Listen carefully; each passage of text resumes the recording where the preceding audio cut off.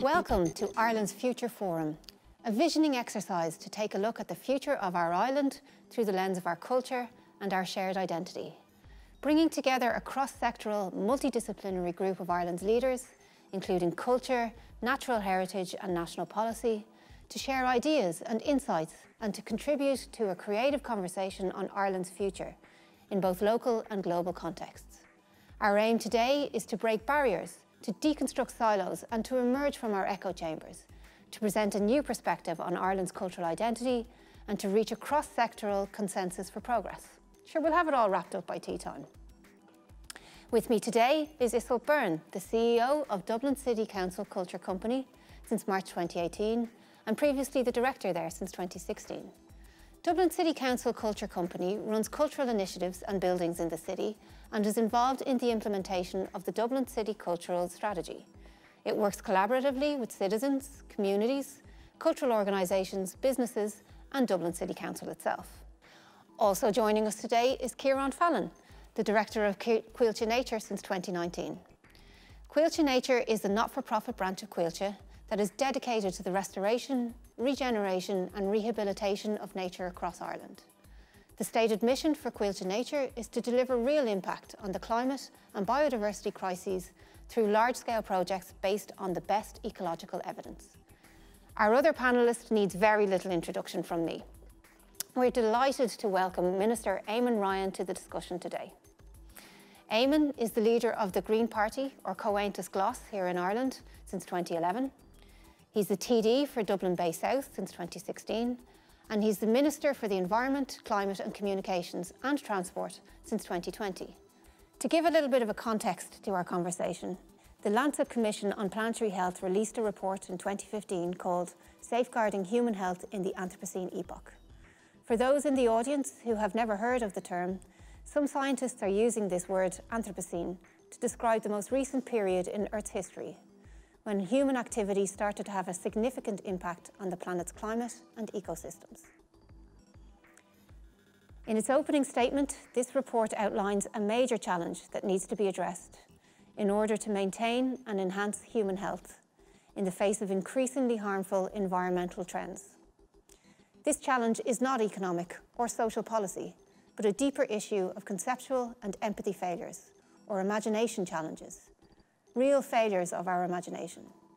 Examples of this are an over-reliance on gross domestic product as a measure of human progress, the failure to account for the health of human generations or long-term environmental harms over present-day gains, and the disproportionate effect of those harms on the poor and those in developing nations. My first question is to you, Iseult.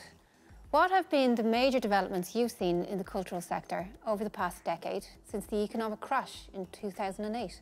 In the cultural sector, it has had a huge impact, and actually the cultural sector doesn't have a loud, unified voice, so it hasn't been able to lobby for the kind of changes that it might need in the future. So a lot of the adjustments people are kind of personally, individually making as opposed to as a sector. Okay. So it'll be very interesting when we can gather again to try and see what that will mean globally and nationally and citywide. What is the meaning of culture to you and to your organisation? Culture is everything that we make, that we create.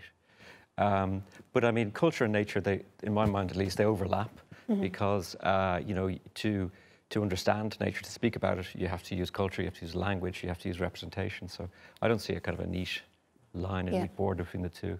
Okay. And Eamon, if I was to ask the same question to you, what is the meaning of culture to the Green Party? I was terrified you're going to ask me that question. God almighty. I'm used to easy questions in the Dáil where, you know, how much money have you spent on this, that? What is culture is way beyond our kin. Culture is the stories we tell about ourselves, the way we explain our presence here and maybe make it, celebrate it or celebrate sometimes the sadness in it. Culture is stories. Okay. Culture is how we explain things to ourselves about where we are. Okay. Yeah, no, absolutely. I would agree with you, but I wonder, are we missing something in our storytelling in the fact that nature doesn't really feature as much as it could or should? Well, now, I was thinking two things on that. Firstly, I think the question you asked Isa, which was a much better and easier question in terms of what has changed in the last 10 years. I think one of the interesting things, the story changed in the last 10 years. Like the story, I'm picking politics now maybe. The story in politics for the previous 40 years was markets know best story. And that story became no longer credible after 2007 and 8. It was kind of dying a death anyway, but it kind of finished it off. We haven't quite replaced it yet, I think, with the story that is kind of a dominant variant story, to put it in modern parlance. For me, my hero in terms of telling stories was a Kerryman called John Moriarty. He was a philosopher, kind of mystic philosopher. He looked like one of the original Doctor Who's. He had a huge head of grey hair. He was... He had lived in Canada and he'd very much connected to North American mythology, but he came back to Ireland, lived in the West, in Tumbiola, near Roundstone, and ended up in Kerry. He was a Kerryman and died of cancer about 10 years ago. And he was an amazing man. In my mind, hugely important about what he was saying is we need to re-harrow the myths that we have. He said, we have to go, to answer your question, because he said we were completely disconnected with nature in our underlying stories. And he went right back to kind of Minoan civilization in European culture at its core, going into the underground, Hades, whatever, to kind of, that we got our connection with the planet, with nature, with the earth wrong. And he felt we had to go right back to those stories and re-harrow the myths to develop a new sense of connection to nature and to where we are in the world. And I mean, his writing is almost impossible. Like it makes Finnegan's Wake look like a Peter and Jane storybook. Like his writing is very hard. You almost have to read it like you're listening to a Kerryman after several pints. But but I think he was brilliant because he was ultimately a very green philosopher in my perspective, that realizing that this reconnection to place, reconnection to each other as well through our reconnection with nature is actually the key story, the key new story that we need to understand and tell. And lastly, I'd say he actually, on St. Patrick's Day, I think if you look at some of our myths, we tend to always buy into the myths, like we're all the Cuchulainn myths, like we're all about fighting, the fighting Irish and that kind of... And actually, I think his understanding of Irish mythology brought us back to a whole range of other myths that we can avail of about ourselves and nature. And I was just think about it, like we have the salmon of knowledge. We have the children of Lear. We turn into swans. We have St. Bridget as a central myth of connection. And lastly, we hold up a shamrock. Like, what are our myths? What are our images? What are the stories we tell to ourselves? And we need to a touch less of the Cuchulainn and a bit more of the Bridget is maybe where we need to go. Very nice, yeah. I would agree with you. Okay. Would you agree with the statement that the cultural sector and creative industries has been called on to answer a call to supply a well-being space and a mental health space for the Irish society in response to what we've been all living through? Yeah, I think it hasn't been called on. I think it kind of has done in some cases, and it would be great if it was called upon to do it, because actually, you know, you could, you know, but we've been trying to plan, and you can't plan because there's a pandemic and it's taken over our planning. You know, it's planning us rather than the other trying to plan this today. Do you know what I mean? So, but it's tough, but absolutely. Every bit of feedback we get from anything that we do in the culture company, whether it's you know, from a history museum to a cultural space to a book club to a creative exploration with all of the cultural institutions of the country, basically, always the feedback is it is a lifeline. Yeah. It is about connection. It is about connection through culture, and that's. It's absolutely well-being and it's absolutely health, and it makes for healthier societies, villages, communities in good days. In a pandemic, sure, of course. Can you tell us a little bit about the challenges that you believe the Green Party faces now, or maybe over the next 10 years to 2030? Oh, the next 10 years to 20, 30 years is clear. We have to go towards a zero fossil fuel country. Like that's a major challenge now, isn't it, for the Green Party? That's a huge challenge for the country and for everyone involved in making it happen. It's a challenge that will lead to a better country, a better world, but no one should underestimate the scale of it. Changes everything. it changes our entire land use system. Our entire forestry model has to change. Our entire agricultural system has to change. The way we treat nature has to change. And a lot of the solutions will be nature-based solutions that will create a lot of employment, help deliver that sense of connection to local place. We will change our entire transport system. And again, I think that's towards the local and towards more active travel particularly, so that we will be travelling less and what the travelling we're doing will be better connected to a local environment, We will change the entire energy system. Our economy will not be run those lights, I was going to say the heat in the room, but the entire system of how we run our economy changes completely. And so the challenge for us is to do that in a way that really does work, that works in terms of social justice, that works in a story that we can all buy into. Going back to what we were saying earlier on about culture and story, that actually, it won't work on a, don't you do the wrong thing here now, you got to be good, or we're going to fine you or punish you, that won't work. It changes, I suppose I would say this, I think the new story is us living with nature and in a better way with each other in that process. And that's our challenge, to make that happen over 30 years.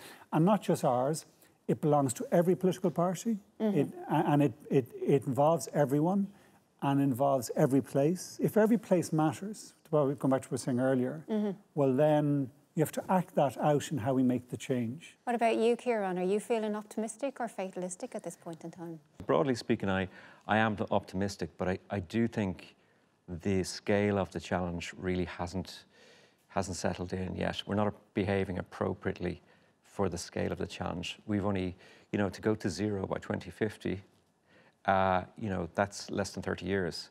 So we really need to be making very big changes and big decisions right now. Is business as usual obsolete? It has to be. Yeah. It has to be. Yeah. But there's, I think, tremendous potential there as well. There are fortunes to be made and lost in business over the next year. So there's great opportunities for people who can provide solutions into the future. And I think there's great minds, exploring that now. And I think business will have an important role to play. For Eamon then, what would you consider to be the most important relationships for your organisation? Maybe for the Green Party? If we believe in this idea that, it comes from the bottom up and it's more participatory, that's a very Republican idea. And I think we have a very successful republic. I would think that, member of the Dáil, you're honoured to represent people. But I think the next evolution in our republic is probably building real confidence in that sense of involvement, that sense of citizen engagement in it. And part of how that happens is how the state itself operates and how it consults. And it doesn't do it as a tick box thing, it does it for real. Yeah. And that's not easy, because on one hand you have a sense of urgency. We got to change. We got to radically change the transport system. And then, you're going to spend 3 years consulting. No, I want to change now. And that's a real tricky balancing act. But that is what we do have to do, is to empower as best we can, particularly, I think, and strengthen. Ciaran, as I said earlier on, you know about this because you were on Dublin City Council. You know what it's like. It is empowering local government, I think. And within then local government, beneath that, what they have these terms, PPN network, public participation network. And I think we need to use that. And that's our cultural sector using that, our environmental sector, our, lots of participation in the local government through that network is there, ready to go, or set up already. So I think that's one of the ways we can do it. And that's it's also refreshing those networks, because some of them are, and I'm not naming any one in particular, I promise, but some of them are, some work really well. Yeah, and some don't, and some need to be refreshed with other sectors. And I love this phrase in nature mostly of like desire lines, where people are walking one way even though the path goes that way because their desire really, and it's kind of feeling the confidence, when people feel now confident to go, this isn't acceptable in my local park, or I definitely want a cycle lane to get to school because I don't want to be on the Lewis or whatever. When people are saying that now, the confidence to continue to voice their desire lines, the things that they want will be a huge challenge for government, for everybody. If there is a shift in values from an economy underpinned by GDP towards a well-being economy, how would that affect your decision-making? Go back to what I said earlier on about a new story coming. There is a new story in economics, and in market doesn't know best. No one really believes that anymore. There isn't really someone out there banging the drum that what do we need here is leave it to the markets to decide. There is in the political space a new consensus emerging where these sort of measures are seen as the appropriate step. Kate Raworth, her economic vision and this donut economics where you have a social limits you have to live within as well as environmental limits. That sort of thinking is becoming mainstream across my mind, a variety of political creeds and it's measuring that social progress, not just in a very wide variety of measures. Mental health, access to environment, access to services and a better sense of what real progress means. So I think there is change afoot on that. Yeah. It is happening. And if I was to ask you about woodland culture in Ireland, what would you say? It's very young, because we were once a fully forested country, but over successive centuries we comprehensively removed all forests from the land. I mean, when the state was formed, it's a really interesting political story. Even if you look at our young state, when the state was formed 100 years ago or so, we had almost no forest cover. And historians differ, but not by much. I mean, some say 0.7%, some say 0.4%, 0.5%, but almost no forest cover. And what was there was forests that were just so inaccessible that nobody could extract the timber from them. They were in steep valleys and hard to get to places. Or else forests that were pleasure forests within the estates of the great houses, which were seen as foreign and alien to the local people at this stage. So we're starting from scratch with a country that had to rebuild forestry from nothing. And it was done by thinkers in the middle of the last century, really far-sighted people, in my opinion, who set about saying, well, what can we do with this land? Can we grow trees on this land? And started from scratch building a forest sector. There was nothing there. There were no mills. There was nothing. So it doesn't have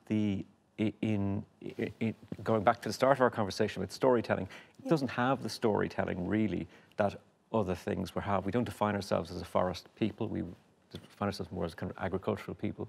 But if you go to Germany, or Poland or Croatia or any of the Nordic countries, you'll see forestry, the culture is much stronger. It's present in fairy tales and stories and folklore, in music, in how people describe their landscape. And also the sector itself, or the forestry area, will have its own culture, and people will know foresters. They will know people. I have a good friend, a good German friend who's been here for 30 years, came over on an Erasmus program and never went home. But he puts me to shame with his knowledge of trees and silviculture. Yeah. And we don't have that in that country, in this country, simply because the roots aren't deep enough yet. Having said that, I think there's a tremendous interest in it, and I'm really encouraged by people really want to know. And any events we have where we do sort of public communications, or we have foresters or ecologists, forest ecologists speaking about the forests, there's always really, really great turnouts and really interesting questions. So I think there's a real appetite for it. But it's young and it's growing. So I think we'll move towards wrapping up now. My question to each panellist, to all of you, and whoever wants to start can take away. What do you feel can you highlight maybe the key element of the session this afternoon, or did you feel any kind of shifts in your own perspective? Was there anything specific that resonated for you? I one thing just on forestry, because Ciaran prompted it to me to think about it in terms of, and maybe it goes back to what I was saying at the very start. So you're right, Ciaran, when 100 years ago we had the country was like a billiards table. It was just shorn. If you see photos, there's no nothing. There isn't even a hedge in many places. It's just every twig was burnt and used. It's remarkable, yeah. But actually, there's a friend of mine, I don't know if you know Sean Conlon up in Leitrim. Oh yeah, I do. And he has a continuous cover forest, and he's converted 50 acres to this beautiful forest he's creating.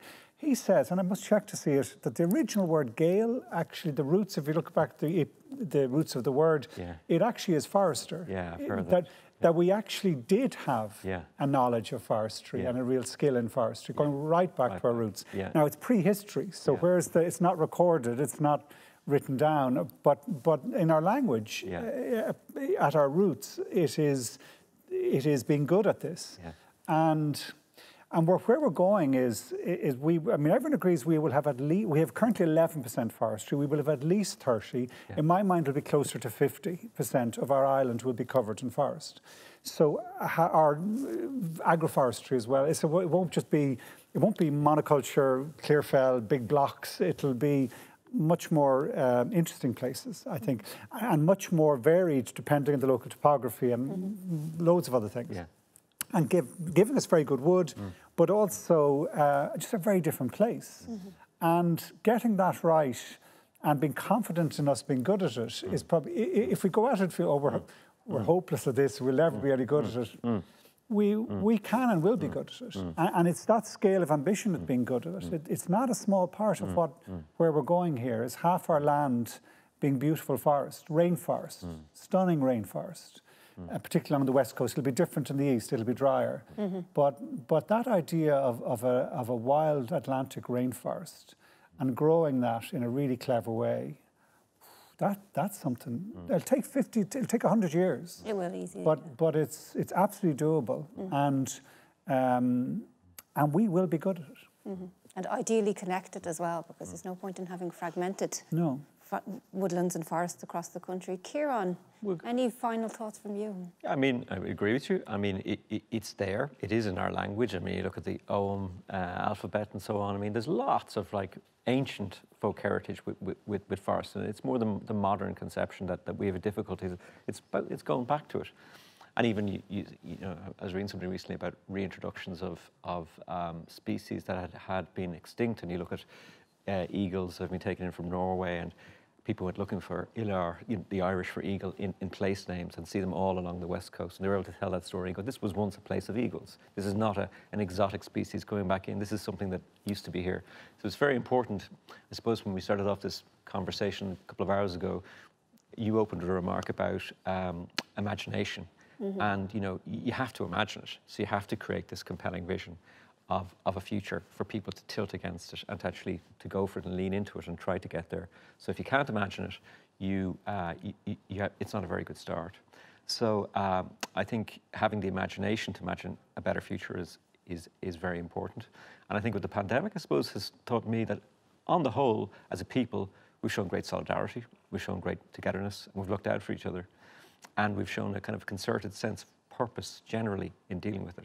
And they're the attributes that we need for the next 30 years. If we can harness that, we're going to be on a good road. The culture company that I run started in 2018, and one of the first things that it had to do was make a 5-year plan, you know, company strategy.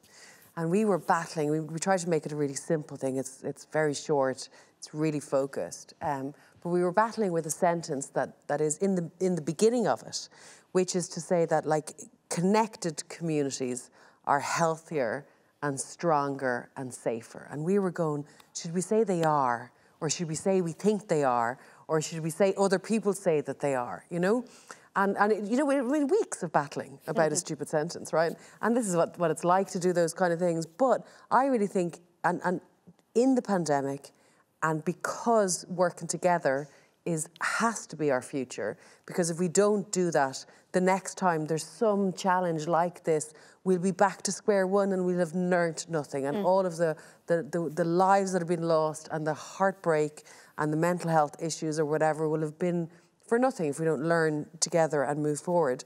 That we say with confidence that we need to be doing it together, that it is stronger and better to do it together, that connectivity is healthier, it will make better active, you know, and active communities, and people who stand up for themselves and their community, who vote, who support big thinking, you know, all of those things that we spoke about, you know, and that we just say that that has to be the way. And we say it with confidence, and we say it as an absolute. And maybe that's what we've connected on today, and what we've learned through the pandemic, and what the future maybe should look like. Love it. I need to say a huge thank you to all of you for joining us today. To Iseult Byrne, the CEO of Dublin City Culture Company, thank you so much. To Minister Eamon Ryan for joining us today, thanks a million. And to Dr. Ciaran Fallon of Quail to Nature. It's been so good of you to give us all your time today. I also need to say a thank you to Delight Studios for having us today, to my team here at Native Events for helping us to pull this off, our film crew, The Coop, and a huge thank you to St. Patrick's Festival for giving us the opportunity to host this crucial creative conversation. And to everyone who tuned in today, Gur míle maithigí, agus lá é le fóric honna Yves Galer.